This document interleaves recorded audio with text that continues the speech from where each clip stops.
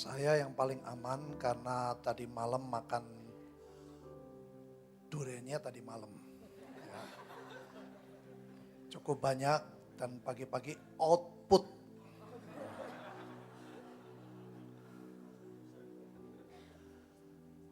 Saudara, saya dapat tugas untuk menjelaskan roh keperkasaan. Saya secara pribadi merasa tidak memiliki itu. Tetapi tadi pada waktu kita berdoa dan tentang gerbang, saya berdoa tadi.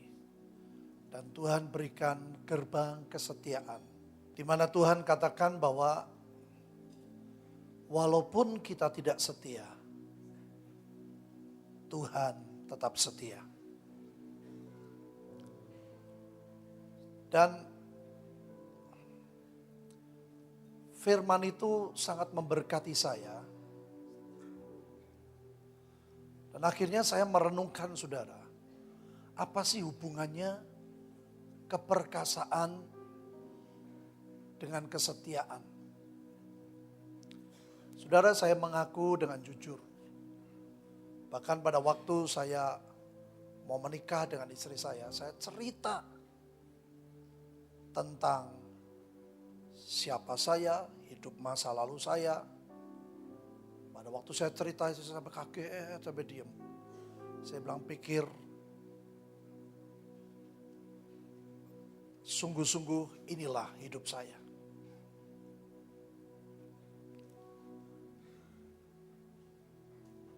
Dan Tuhan menilai itu adalah keperkasaan, saudara. Karena saya bisa cerita apa adanya. Dan itu juga yang membuat semua masa lalu hidup saya itu dikalahkan oleh keperkasaan yang dari Tuhan melalui kesetiaannya. Kenapa saya bisa belajar terbuka? Saya diwarnai banyak, saudara. Saya melihat contoh hidup dari seorang hamba Tuhan yang bernama Yusak Cipto. Dari tahun 80 saya kenal beliau, saya sering datang ke persekutuan. Ya, dengan semua kenakalan saya datang dengan berganti-ganti teman. Jangan bilang istri saya ya.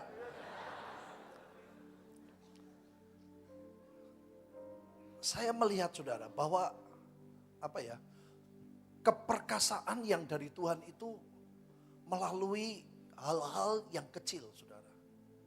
Dan saya belajar kepada beliau bagaimana segala sesuatu tanya Tuhan. Nah, dulu, saudara, buat saya ada sebuah pertimbangan yang sulit untuk saya bisa mengikuti. Maksud saya begini. Kalau ada dua pilihan atau lebih dari satu, saya bilang, nah itu kan tanya Tuhan. Tapi kalau nggak ada pilihan, ya nggak usah tanya Tuhan. Saya dulu sering begitu, saudara, bertanya, berdebat. Contohnya, saudara, ini sebuah pengalaman dan itu merubah paradigma hidup saya. Pada waktu itu Pak Yusak pelayanan di Tegal, terus diteruskan ke Temanggung. Jadi hari Jumat ada persekutuan di Tegal, Jumat malam saya berangkat ke Temanggung. Begitu mobil saya sampai di Weleri, di kota, saudara, itu lampu mati. Ada kekeliruan tentang pokoknya arus masuk dan sebagainya, ada yang keliru sampai di Weleri mati. Jadi buat saya tidak ada pilihan, buat saya. Kalau saya belok kanan itu dari Weleri ke Temanggung, zaman itu, saudara, aduh gelapnya bukan main. Sampai orang kalau lewat malam di situ banyak yang takut. Kalau naik mobil malam takut, sepi dan tidak seramai sekarang. Jadi buat pikiran saya, tidak ada pilihan lain kecuali saya harus nginep di Weleri. Karena untuk meneruskan ke Semarang juga bahaya karena tidak ada lampu. Jadi saya tanya kepada beliau. Saya panggil Om waktu itu. Om, ini harus nginep di Weleri. Dia tahu lampunya mati. Mobil saya lampunya mati. Untuk belok kanan, saya bilang itu jalannya sepi, gelap, dan mobil jarang lewat situ. Kalau malam saudara pernah terjadi ada perampokan dan sebagainya, pokoknya orang takut lah. Saudara, saya kaget jawabannya. Dia bilang, takon Tuhan sih. Buat saya itu mengejutkan. Karena buat saya itu bukan pilihan. Karena untuk takon Tuhan. Jadi kalau takon Tuhan kan berarti bisa nginep, bisa meneruskan perjalanan kan. Nah kalau meneruskan perjalanan saudara itu kira-kira jam 11 malam. Gak ada bengkel. Jadi paling aman buat saya bijaksana kalau saya cari penginapan di Weleri, besok bangun pagi ke bengkel, selesai meneruskan ke Temanggung, masih keburu karena kebaktian Sabtu sore dan Minggu. Itu pikiran saya. Jadi pada waktu beliau takon Tuhan saya tuh terkejut saudara. Buat saya nggak bisa terima. Saya bilang, saya bilang, Om, kalau tanya Tuhan dan Tuhan berkata terus, gimana caranya? Nyetir malam jam 11 tanpa sinar. Saudara, dia bilang, wis lah, takon Tuhan sih. Jadi pada waktu mobil berhenti saudara, dia bilang, iya sudah, Om sing tanya, aku mah gak tanya, mumet buat saya. Lah buat saya gak masuk akal saudara untuk meneruskan perjalanan. Tapi begitu berhenti, dia bilang, Pat, terus saya nyetir. Hah? Nyetir? Kemana? Ya Temanggung. Waduh, buat saya saudara itu pengalaman yang belum pernah terpikirkan nyetir mobil di malam gelap tanpa lampu. Saya bilang, dia ngomong, kau dari center ora? Oh no, dia bilang gitu. Oh ya, jadi saya rada berbesar hati. Jadi beliau sudah tua, tangannya gini saudara, keluar. Oh, tapi senternya kan senter kuno kan, jadi ada angin saudara, jadi nggak rapet. Baru berapa menit, jedot lah. Om, piye itu mati? Tenang baik. Aduh, saya bilang, iki pendeta hamba Tuhan ini siji ini memang repot ini. Saya bilang, saudara, akhirnya saya bilang, tunggu mobil. Ada mobil lewat, kita ikutin udah. Mobilnya ketakutan. Dikira kan rampok toh kita. Saya bilang, waduh. Saudara, tapi hari itu saya sungguh-sungguh. Itu pengalaman yang merubah hidup saya. Saudara, apa yang terjadi? Itu mendadak seperti ada kayak ada sinar lah. Tapi sebetulnya bukan waktunya terang bulan, tapi ada sinar sedikit. Saudara, saya hanya setir melihat garis. Kalian tahu ya di jalan tuh ada markah, ya ada markah, ada garis putih-putih. Line itu saudara. Saya hanya lihat itu pelan-pelan. Di tolong yang kedua, saya bolak-balik Tegal Temanggung. Saya bilang, Tuhan saya capek. Tapi Tuhan mengajar saya kesetiaan. Kalau saya siang saudara, saya tahu, ingat lubang di sini, lubang kanan, saya ingat semua. Karena sudah bolak-balik sampai 3 tahun lebih. Jadi malam itu saya mesti ketolong, ini habis belok ini, habis ini lewat ini gini. Jadi saya ketolong seperti itu. Dan saya hanya melewati jalan saudara. Dia bilang, bisa toh? Lah ya bisa, tapi aku deg-degan saudara. Begitu sampai di Temanggung, mobil saya naikin masuk garasi, mati. Saya bilang, Tuhan, belum pernah saya lihat pengalaman seperti ini. Saya melihat betapa perkasanya Tuhan. Kalau kita mau belajar setia dalam perkara kecil. Dari situ saudara, saya mengerti, saya banyak belajar. Alkitab berkata firman itu seperti pelita di kaki kita. Nanti pada waktu semua gelap saudara, hidup kita hanya dituntun oleh firman Tuhan. Itu saya lihat garis putih hanya remang-remang. Tapi itulah pegangan saya. Saya lewati waktu demi waktu, menit demi menit, akhirnya sampai ke tujuan. Saya bersyukur sebelum saya kenal beliau, dari pertama kali saya bertobat, saya baca Alkitab tiap hari. Ada dorongan begitu kuat, saya baca Alkitab setiap hari. Makanya saya bilang sama anak-anak saya, begitu dia mulai bisa baca Alkitab, saya bilang, Vincent, Victor, Grace, baca Alkitab. Saya bilang, kenapa Pak baca? Nanti kamu kenal Tuhannya Papa.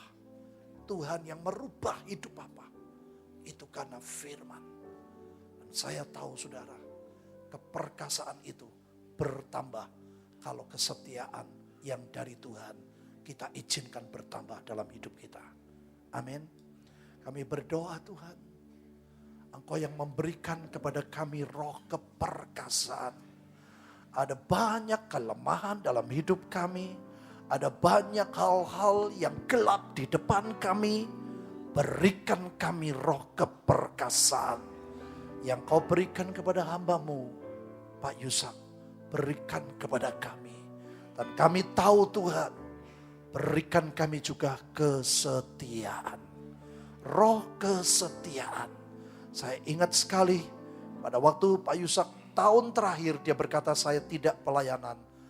Di Temanggung biasanya beliau tidak pernah orang minta doa. Dia panggil saya, dia tumpang tangan. Dia berikan, katakan aku berikan kau roh kesetiaan.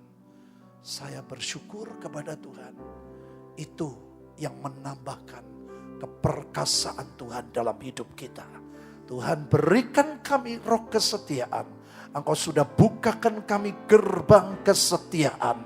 Dan terus bawa kami dalam setia yang perkara yang kecil.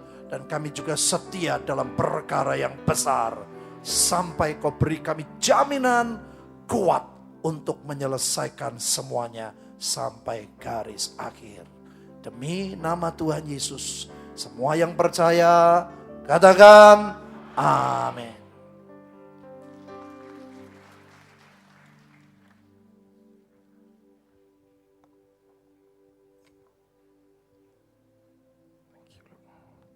Saudara, hari ini adalah hari yang tanpa direncanakan, sebetulnya adalah hari yang luar biasa.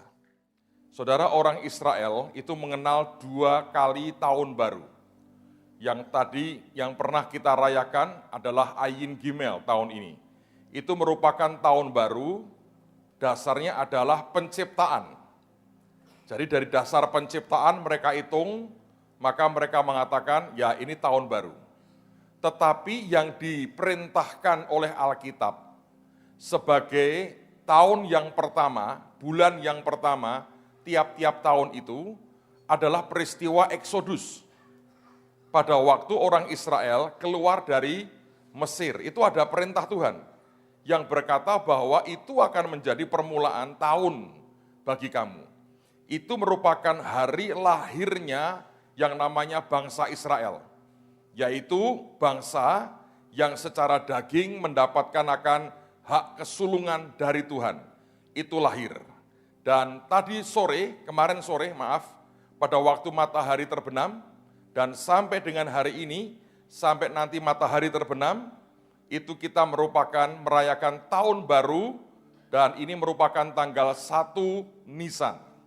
Dan kata Nisan sebetulnya dari kata yang artinya mujizat.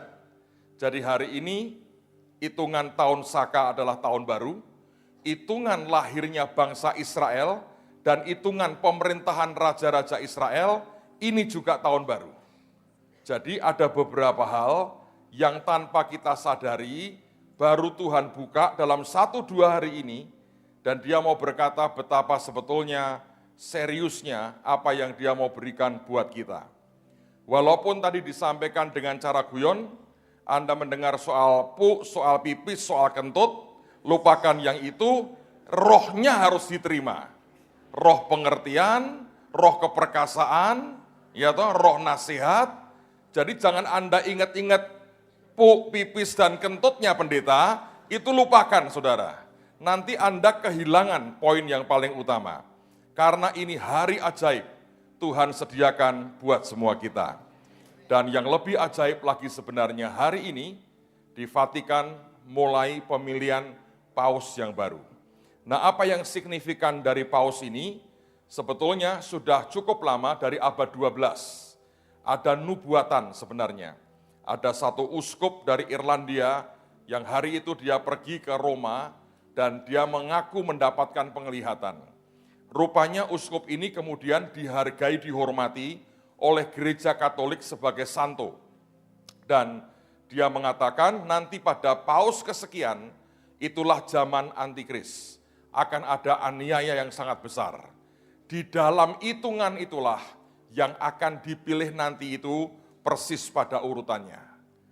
Nah, saudara sekalian, kita juga mengerti Amerika sudah meloloskan akan sebuah undang-undang baru tentang healthcare, tentang biaya penanggungan kesehatan, dan di dalamnya paketnya mereka menyiapkan chip yang akan ditanam di dahi atau di lengan. Kalau semua Anda gabungkan, saudara bisa mengerti tidak betapa pentingnya hari ini Tuhan sangat ingin apa yang jadi jatah kita terima supaya semua menuntaskan apa yang Tuhan harus kita tuntaskan. Nah, sekarang bagian saya adalah bicara roh hikmat. Mari kita lihat Amsal pasal yang ke-8. Amsal pasal yang ke-8, saya mau ajak Anda melihat mulai ayat yang pertama. Dan saya akan baca dulu sampai dengan ayat yang ke-29. Anda akan melihat betapa hebatnya yang namanya roh hikmat ini kalau turun dalam kehidupan kita. Nanti kita akan belajar sebetulnya ini apa, bentuknya seperti apa. Lihat dulu Amsal pasal 8, mulai ayat yang pertama. Bukankah hikmat berseru-seru dan kepandaian memperdengarkan suaranya? Di atas tempat-tempat yang tinggi di tepi jalan, di persimpangan jalan-jalan, di sanalah ia berdiri. Di samping pintu-pintu gerbang, di depan kota, pada jalan masuk, ia berseru dengan nyaring. Hai para pria, kepadamulah aku berseru, kepada anak-anak manusia, kutujukan suaraku. Hai orang yang tak berpengalaman, tuntutlah kecerdasan. Hai orang bebal, mengertilah dalam hatimu. Ayat yang ke-6, Anda perhatikan ini. Dengarlah, karena aku, siapa aku ini? Hikmat, roh hikmat itu. Karena aku akan mengatakan perkara-perkara yang dalam. Kita banyak mendengar, diajar untuk punya kedalaman. Hanya kalau roh hikmat menguasai kita, Anda akan dikenalkan kepada perkara-perkara yang dalam. Dan akan membuka bibirku tentang perkara-perkara yang tepat.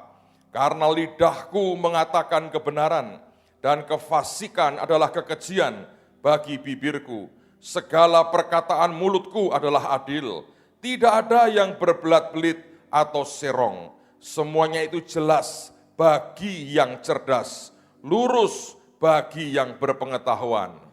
Terimalah didikanku lebih daripada perak, dan pengetahuan lebih daripada emas pilihan. Sifat dari hikmat ini adalah mendidik, saudara. Jadi kalau Anda tidak mau dididik, engkau tidak akan pernah bisa terima. Ini bukan sekedar saya terima, lalu selesai. Karena dia berkata, terimalah didikanku lebih daripada perak, dan pengetahuan lebih daripada emas pilihan. Karena hikmat lebih berharga daripada permata. Apapun yang diinginkan orang tidak dapat menyamainya. 12. Aku hikmat tinggal bersama-sama dengan kecerdasan, dan aku mendapat pengetahuan dan kebijaksanaan. Takut akan Tuhan ialah membenci kejahatan. Aku benci kepada kesombongan, kecongkaan, tingkah laku yang jahat, dan mulut penuh tipu muslihat. 14, Anda perhatikan. Padaku ada nasihat dan pertimbangan. Akulah pengertian. Padakulah, apa saudara? Kekuatan. Saya mau ulang lagi, ajaib. Dia mengatakan, padaku ada nasihat dan pertimbangan. Akulah pengertian, padakulah kekuatan. Karena aku, para raja memerintah, dan para pembesar menetapkan keadilan. Karena hikmat. Karena aku, para pembesar berkuasa, juga para bangsawan dan semua hakim di bumi. Aku mengasihi orang yang mengasihi aku, dan orang yang tekun mencari aku akan mendapatkan aku. 18. Kekayaan dan kehormatan ada padaku, juga harta yang tetap dan keadilan. Buahku lebih berharga daripada emas, bahkan daripada emas tua. Hasilku lebih daripada perak pilihan. Aku berjalan pada jalan kebenaran, di tengah-tengah jalan keadilan, supaya kuwariskan harta kepada yang mengasihi aku, dan kuisi penuh perbendaraan mereka. 22, Tuhan telah menciptakan aku sebagai permulaan pekerjaannya, sebagai perbuatannya yang pertama-tama dahulu kala. Sudah pada zaman purbakala aku dibentuk, pada mula pertama sebelum bumi ada, sebelum air samudera raya ada, aku telah lahir. Sebelum ada sumber-sumber yang syarat dengan air, sebelum gunung-gunung tertanam, dan lebih dahulu daripada bukit-bukit, aku telah lahir. Sebelum ia membuat bumi dengan padang-padangnya, atau debu dataran yang pertama. Ketika ia mempersiapkan langit, aku di sana. Ketika ia menggaris kaki langit pada permukaan air samudera raya. Ketika ia menetapkan awan-awan di atas, dan mata air samudera raya meluap dengan deras. Ketika ia menentukan batas kepada laut, supaya air jangan melanggar titahnya. Dan ketika ia menetapkan dasar-dasar bumi. Sampai di sini sebetulnya saya bertanya, hikmat itu seperti apa bentuknya? Pengertiannya apa sebetulnya hikmat itu? Saya mau teruskan ayat yang ke-30 sampai dengan ayat yang ke-36. Saya bacakan dulu bahasa Indonesianya. Aku ada sertanya sebagai anak kesayangan. Setiap hari aku menjadi kesenangannya dan senantiasa bermain-main di hadapannya. Kalau Anda baca ini, oh hikmat itu kayak anak kecil ya, lucu pokoknya mainan terus di depan Tuhan, kira-kira begitu. Ternyata bukan saudara, hikmat itu bukan anak kecil yang hanya bisa manja-manja dan hanya suka mainan di depan raja atau tuannya. 31 dia berkata, aku bermain-main di atas muka bumi, dan anak-anak manusia menjadi kesenanganku. Lalu ayat 32, oleh karena itu hai anak-anak dengarkanlah aku, karena berbahagialah mereka yang memelihara jalan-jalanku. Dengarkanlah didikan, maka kamu menjadi bijak. Janganlah mengabaikannya. 2 kali dia bicara soal didikan. 34, berbahagialah orang yang mendengarkan daku, yang setiap hari menunggu pada pintuku, yang menjaga tiang pintu gerbangku. Karena siapa mendapatkan aku, mendapatkan hidup, dan Tuhan berkenan akan dia. Tetapi siapa tidak mendapatkan aku, merugikan dirinya. Semua orang yang membenci aku, mencintai maut. Saudara, saya bertanya terus terang, ini bentuknya seperti apa Tuhan? Yang namanya roh hikmat itu seperti apa? Saya lihat di berbagai terjemahan, saya lihat teks aslinya, saya menemukan satu kata yang luar biasa. Ternyata bukan dikatakan anak kesayangan, yang kesannya cuma manja, main di depan raja, dan berkata, akulah hikmat. Enggak. Sebetulnya kata anak kesayangan itu terjemahannya enggak terlalu akurat. Karena sebetulnya dikatakan begini, I was the architect at his side. Aku adalah si arsitek itu yang ada di sampingnya. Saudara, saya kan nggak pernah belajar jadi arsitek. Jadi ketika saya baca ini, saya telepon S2 dari Belanda, arsitek kita. Saya mengajukan sebuah tes sederhana, dan saya anggap beliau lulus. Sebetulnya urutannya kan urut tua ya. Saya harusnya setelah beliau ini. Harusnya Pak Adi setelah beliau, karena kalah tua sebetulnya dalam peran yang itu. Sudah selesai. Saya tanya dengan dia begini, saudara. Kamu kan arsitek, walaupun dia belum pernah bangun gedung pencakar langit, saya tahu. Sebagai arsitek saya mau tanya begini. Kalau kamu mau bangun sesuatu, apa yang muncul pertama di benakmu? Dasarnya apa? Saya kan nggak tahu. Saya pernah tanya ke seseorang, jawabannya panjang lebar. Oh, ada unsur ini, unsur ini, unsur ini. Mumet saya. Loh, saya tahu nanti ujungnya itu gabungan dari begitu banyak disiplin ilmu. Tapi yang saya pengen ngerti, cara mikirnya pertama itu apa? Dan saya pikir dia lulus lah S2 Belanda, oke lah. Karena jawabannya begini, ya tergantung. Yang mau bangun apa dulu? Jangan tanya saya lebih jauh sebelum saya tahu inginmu seperti apa. Nanti yang mau bangun ingin seperti apa, cerita. Bagian saya sket, mikir, buat garis. Dan di zaman dulu yang saya tahu, itu enggak dipisah antara yang arsitek dengan yang sipil, enggak. Dari Anda gambar sampai ngitung, sampai bangun, sampai jadi satu orang. Dan Paulus pernah berkata, dia seorang master builder, ahli bangunan yang hebat. Nah, ternyata hikmat itu arsitek. Dalam pengertian, saudara, kalau ini turun dalam hidupmu, saudara akan ada di samping Tuhan sebagai Tuanmu. Lalu dia akan cerita hatinya. Nah, kalau Anda tidak punya roh hikmat, si raja cerita, Anda cuma begini, hebat, amazing. Paling-paling ngono tok, saudara. Terus selesai. Karena nggak ada roh hikmat. Sebagian terharu nangis. Kok Tuhan rela cerita dengan saya? Tapi begitu roh hikmat itu turun, tentu kita bisa minta, tapi Anda dan saya harus mau dididik. Roh hikmat itu membuat Anda bisa menangkap. Maunya apa sih?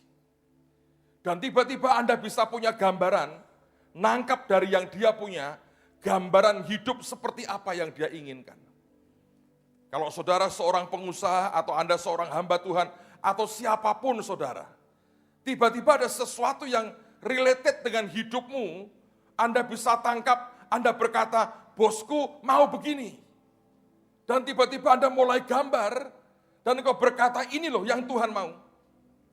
Nah, karena dia seorang master builder, dia seorang arsitek, bukan cuma digambar, maka dia mulai menghitung seperti apa harusnya, lalu mulai digarap sampai itu jadi. Arsitek, make things done, menjadikan semuanya jadi, saudara. Nah, inilah yang sebetulnya disebut sebagai roh hikmat. Beruntung ada arsitek S2 dari Belanda. Saya rodok lumayan ngerti, saudara. Tapi sebetulnya itu kan, itu roh hikmat. Anda lihat sesuatu, sebagian orang cuma mumet berkata gini, waduh, aku tak anu aja wis, ikut partainya Pak Yusak, nesah mumet gini aku, ngapain? Inhaler, nyedot, serot. Bukan tanya Tuhan loh, kalau tanya Tuhan lumayan. Loh kamu kok nggak mikir? Ya ini banyak hal aku tak mengerti, jedot pokoknya. Loh kalau itu dari penyerahan seperti beliau, oke. Tapi kalau dari Anda masa bodoh dan apatis, itu masalah. Dan banyak orang nggak bisa nangkap. Seringkali nangkapnya pun cuman sepotong. Dan begitu kita diserai sebuah tanggung jawab, tidak ada apapun yang bisa dihasilkan dan sampai jadi sebuah kenyataan. Sebab roh hikmat tidak menguasai kita. Saudara, Tuhan mau semua kita sesungguhnya memiliki semuanya ini. Sebab ini Tuhan sediakan dengan cara yang sangat ajaib dalam hidup kita. Begitu roh hikmat itu menguasai saudara, maka seperti yang Alkitab berkata, tiap hari Anda mengamati pintu gerbangnya Tuhan. Tiap hari Anda menunggu ini, apa yang muncul? Ada clue apa yang kemudian bisa kita tangkap? Dan itu membutuhkan sebuah konsisten, terus-menerus, kesetiaan, nangkep terus apa yang dia mau.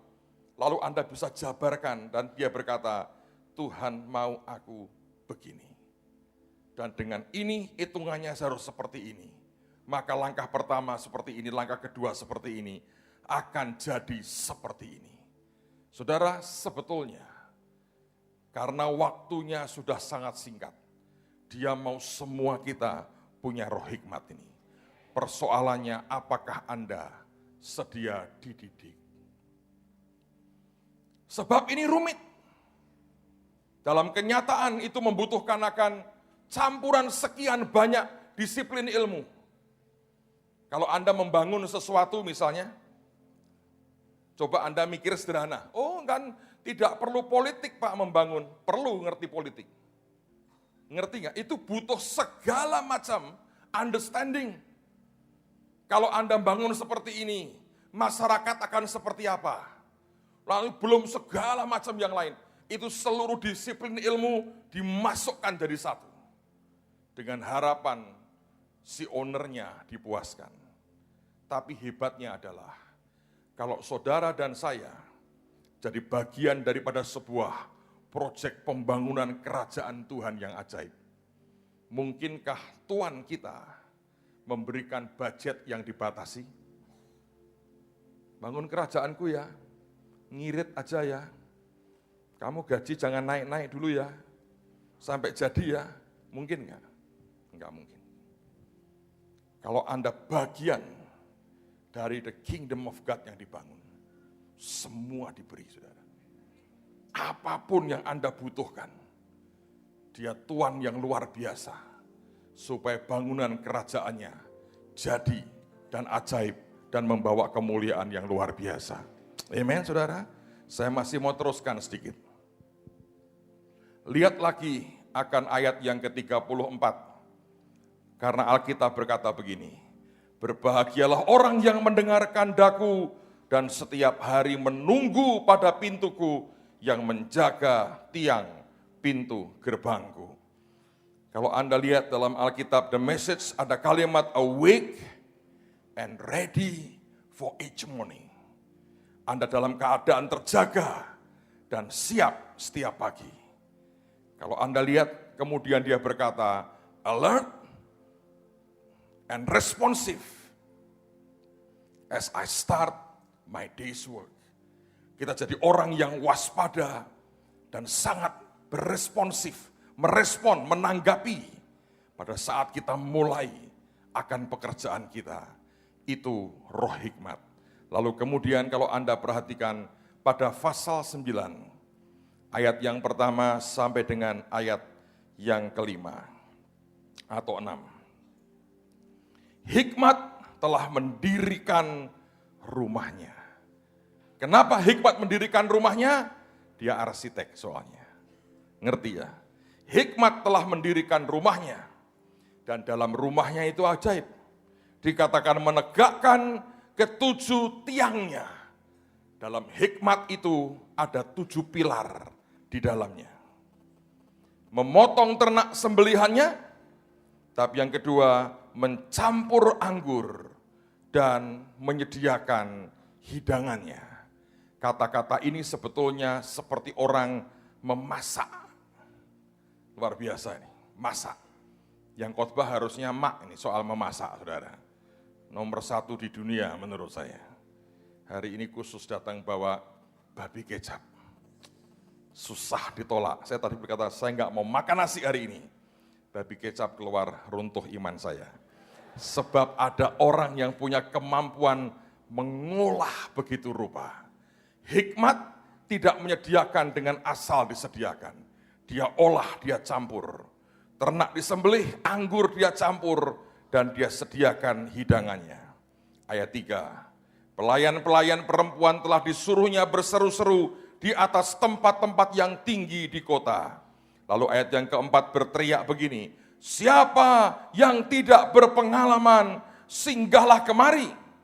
Dan kepada yang tidak berakal budi, katanya, marilah makanlah rotiku dan minumlah anggur yang telah kucampur.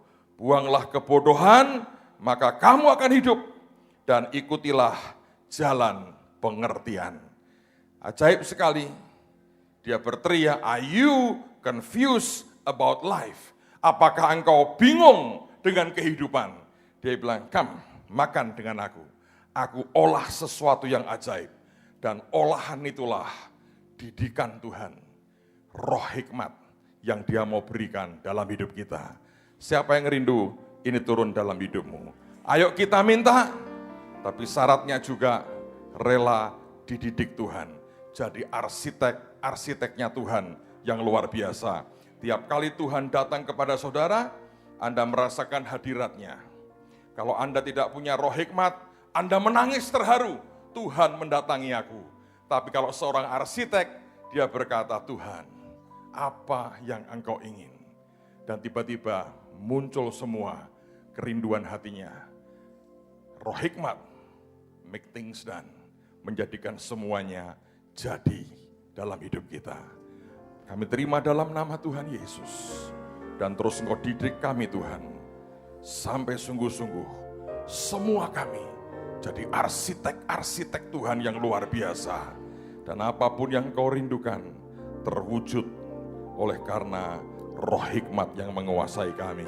Di dalam nama Tuhan Yesus, semua berkata, amen.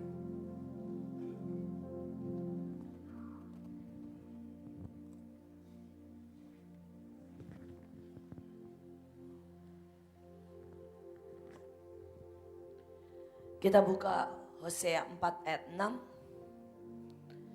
Saudara, roh yang selanjutnya yang Tuhan mau bagikan buat kita adalah roh pengenalan akan Tuhan. Saudara, roh pengenalan akan Tuhan dimulai, saudara, pada waktu engkau bertobat. Tetapi itu adalah awal yang seperti baru lahir roh itu, atau baru ditanam dalam hidupmu. Tapi kemudian kau harus terus berjalan. Kata kenal itu artinya berjalan dengan passion.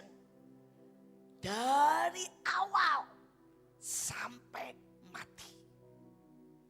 Saudara, ada banyak orang tidak pernah berjalan dengan Tuhan dengan passion. Dia tidak pernah berjalan dengan Tuhan day by day. Tapi dia hanya sekali-kali berjalan dengan Tuhan. Dan itulah yang membuat roh pengenalan itu tidak bisa bertumbuh. Dan membuat ujungnya, saudara, kita sebenarnya tidak pernah mengenal Tuhan. Kalau saudara baca roh pengenalan ini, mulai dari Hosea 4 ayat 6. Umatku binasa karena tidak mengenal Allah. Karena engkaulah yang menolak pengenalan itu. Maka aku menolak engkau menjadi imamku. Dan karena engkau melupakan pengajaran Allahmu, maka aku akan melupakan anak-anakmu. Saudara, dari pengenalan ini diawali dari pertobatan. Tapi itu tidak bisa terjadi otomatis bertumbuh. Kalau misalnya nih diajak Tuhan, bangun pagi, kita tolak, ngantuk Tuhan. Itu sudah nolak roh pengenalan. Kemudian Tuhan suruh saudara untuk mengalami sesuatu yang mujizat. Dengan cara saudara kita dimasukkan kepada sebuah masalah yang tidak mungkin. Dan saat itu kita bilang tidak mau. Kita bilang tidak mungkin, mustahil, tidak bisa. Maka sebenarnya kau sedang menolak roh pengenalan. Kalau engkau saudara dimasukkan jalan kehambaan, Tiba-tiba engkau tahu engkau harus berhadapan dengan orang yang nyebelin, menghina, menekan. Dan engkau menolak. Tanpa engkau sadar, engkau menolak roh pengenalan itu.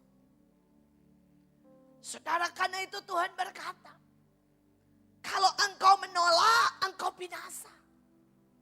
Ujungnya sebenarnya kita mulai menentukan jalan kita sendiri. Dan kita tidak pernah jalan bersama Tuhan. Roh pengenalan adalah kerinduan untuk saudara jalan sama Tuhan. Ada di mana dia berada. Kenal itu sangat dalam. Suami istri bisa tidak kenal. Orang tua dan anak bisa tidak kenal anaknya. Pengenalan itu butuh waktu. Dan butuh saudara bertumbuh. Karena ada banyak orang saudara kenal Tuhan cuma di luar. Sekali lagi, Tuhan ajarin saya tentang pengenalan itu sangat banyak. Ini simple aja saudara. Seberapa engkau mengenal suamimu, seberapa engkau mengenal anakmu, seberapa engkau mengenal istrimu. Kadang-kadang ada orang serumah nih ya. Tapi enggak pernah, saya pernah buat tes. Buat tes saudara buat suami istri yang sudah menikah lebih dari 10 tahun. Dan hasilnya mengerikan saudara. Waktu ditanya saudara, ini salah satu tanya makanan kesukaan suamimu. Dan makanan kesukaan istrimu. Dua-duanya mesti ngisi sendiri-sendiri terus dicocokin. Makanan kesukaan. Ini ada keluarga yang ajaib sekali. Yang istrinya nulis begini, makanan kesukaan suamiku tempe. Saudara. Terus suaminya nulis, makanan kesukaanku, ya dia kan udang. Udang sama tempe kan jauh banget saudara. Kecuali ada tempe rasa udang. Ya. Terus kemudian saya adu, sengaja saya adu. Saya bilang gimana ini, satu tempe, satu udang. Terus istrinya langsung ngamuk bilang begini, kenapa tiap hari minta tempe? Jadi saya pikir kamu suka tempe. Terus kata suaminya gini, loh saya tiap hari minta tempe karena murah, bukan karena suka. Saudara bisa ngerti parahnya? Gak kenal, ini sudah 15 tahun menikah. Jawabannya udang dan tempe. Kemudian pertanyaan kepada suami istri yang lain. Saya nanya kepada suaminya, warna kesukaan istrimu. Terus kemudian si suami nulis biru muda. Terus istrinya nulis sendiri kan, warna kesukaanku pink. Saya adu lagi. Gimana mungkin pink dan biru muda bisa sama ya? Kecuali Anda buta warna. Saudara yang suaminya gantian yang marah. Kamar kita pink. Spray kita pink. Terus kemudian dia bilang, kamu barusan beli piring.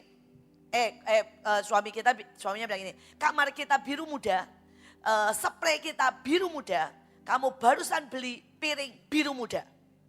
Bagaimana kamu bisa ngaku kamu suka pink? Istrinya bilang begini, aku punya suami dan 4 anak laki-laki. Coba bayangkan kalau di rumah pink, spray pink, piring pink.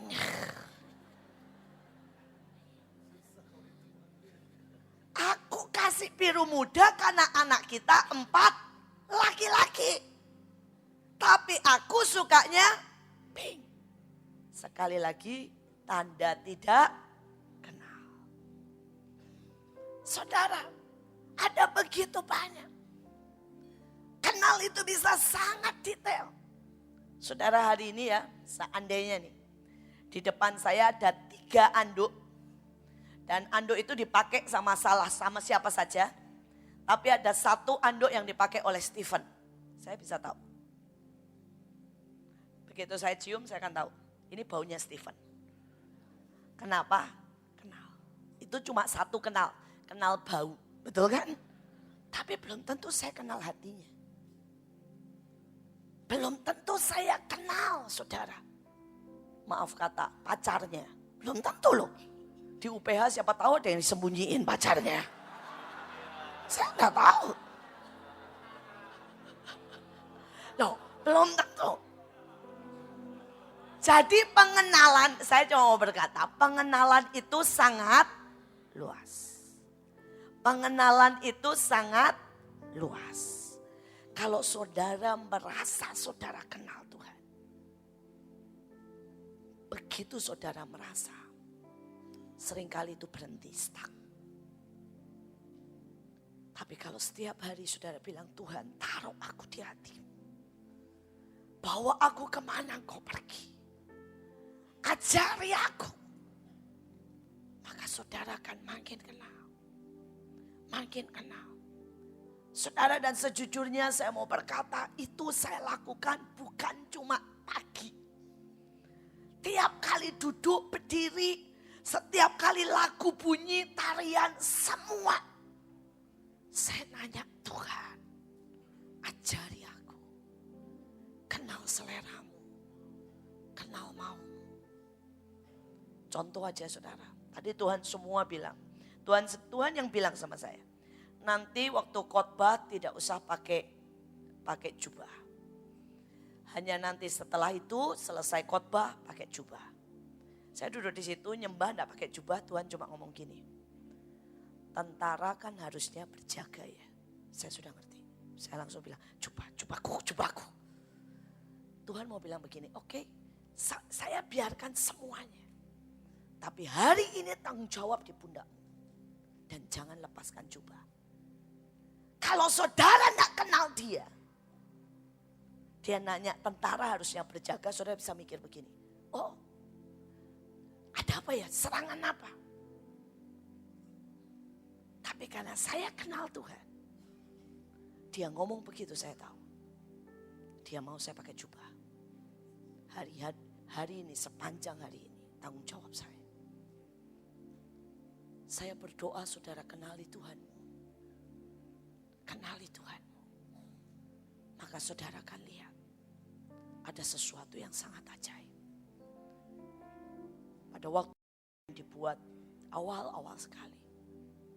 Dia bilang begini. Kamu mau terima favor, kemudahan. Hari ini tuh padahal kita terima favor. Tadi saudara ada pintu perkenanan. Pada waktu Pak Agung. Itulah pintu raja dan pintu favor. Berbeda antara perkenanan yang Bu Nani dengan favor yang ada di depan Pak Agung. Tapi saya mau sedikit ingatkan. Kenapa 7 roh ini harus ada dalam hidup saudara. Saya masih ingat tawaran Tuhan 13 tahun yang lalu. Pada waktu kami memulai Mahanaim, Tuhan bilang, nah, kamu mau favor, kemudahan. Di mana sebelum kamu minta, itu sudah ada. Sebelum bahkan kamu butuh, aku sudah bukakan jalan. Tuhan bilang, aku akan bawa engkau dalam sebuah kemudahan seperti jalan tol. Terus saya bilang, engkau di mana?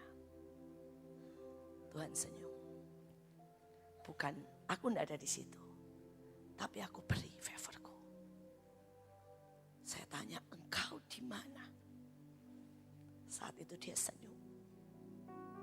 Dan dia bilang, aku ada di 5 roti dan 2 ikan. Sangat tidak cukup. Tapi aku buat mujizat.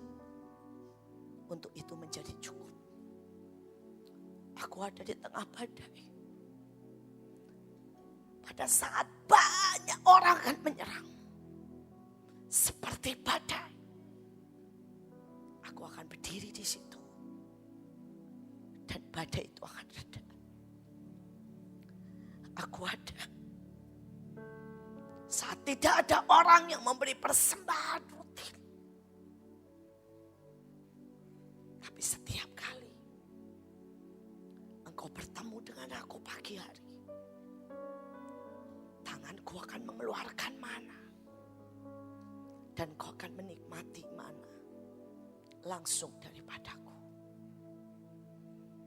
Pada waktu itu saudara, saya tahu artinya. Sejujurnya saya tahu artinya. Saya tahu artinya dia akan ajak saya melewati padang gurun. Tapi di situ akan ada air yang dia belah.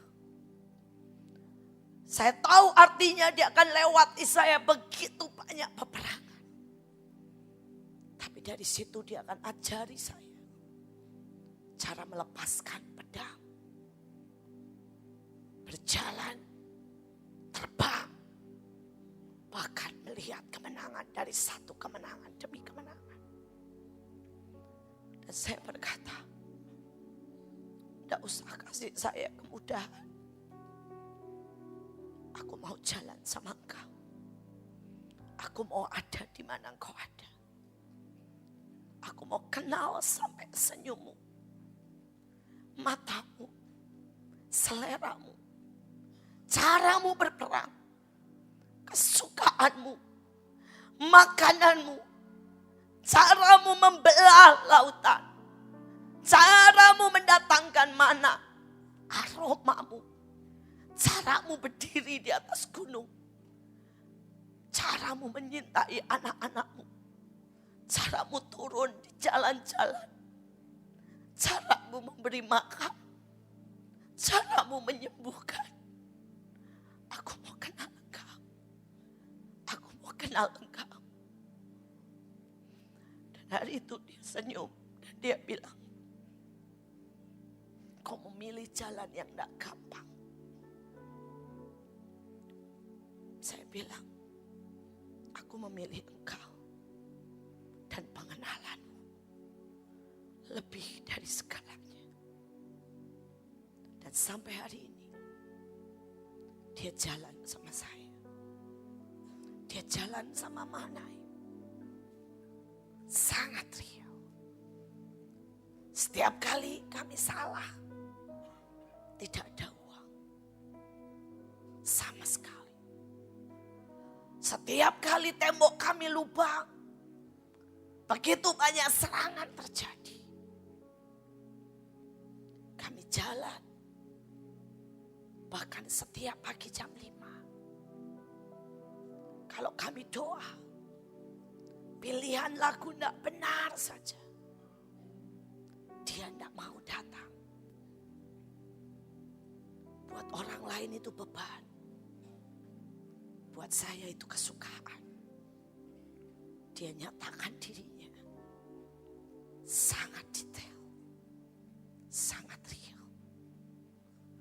Buat banyak orang itu sebuah masalah. Buat saya itu tanda cintanya, bahwa dia bukakan dirinya untuk dia kenal, untuk dikenali. Dan hari ini apa yang saudara pilih? Saudara menolak pengenalan itu. Saudara pilih jalan yang mudah, atau saudara pilih jalan yang membuat engkau kenal senyumnya, kenal keajaibannya, kenal tatapannya, kenal seleranya, kenal senjatanya, kenal targetnya, kenal semuanya. Ajari kami Tuhan. Ajari kami. Saya melihat sebuah sungai. Dan sungai ini adalah sungai pengenalan. Dan Tuhan berkata ada orang yang cuma cukup mengambil 1 sendok. Dan membawanya pulang. Dan berkata cukup aku kenal Tuhan. Itulah awal keselamatan. Ada orang yang bermain-main, tapi dia tidak mau badannya basah. Dia cuma mau menyedokkan tangannya dan bermain. Tapi ada orang yang mau basah, hanya selutut. Jangan semua. Jangan semua. Aku mau pakai tetap caraku. Aku mau pakai tetap kepandaianku, kenyamananku. Segala sesuatu yang selama ini aku tahu. Tapi ada orang yang berani tenggelam. Bahkan dia sebenarnya tahu dia tidak mungkin bisa bernafas di air. Tapi dia berkata, aku mau dalam sungaimu. Seperti seharusnya manusia tidak bisa bernafas dalam kemustahilan. Dalam perkara-perkara roh. Tapi saat kita mau, kita tenggelam. Dan beberapa orang masuk sangat dalam. Engkau sampai berenang di dasar lautan itu. Dan itulah dasar pengenalan yang dia tawarkan hari ini. Besarnya pengenalan itu seperti lautan. Lebih besar dari yang pernah kau pikirkan, nak. Kau bisa mengenal sangat banyak hukumku, perjanjianku, firmanku. Seberapa engkau menerimanya, tergantung pilihanmu hari ini. Tergantung pilihanmu. Sungai itu ada di atas kita, bergemericik mengalir. Pilihanmu menentukan.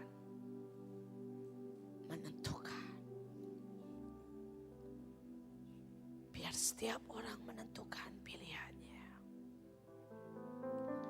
Menentukan pilihannya. Seberapa engkau mau kenal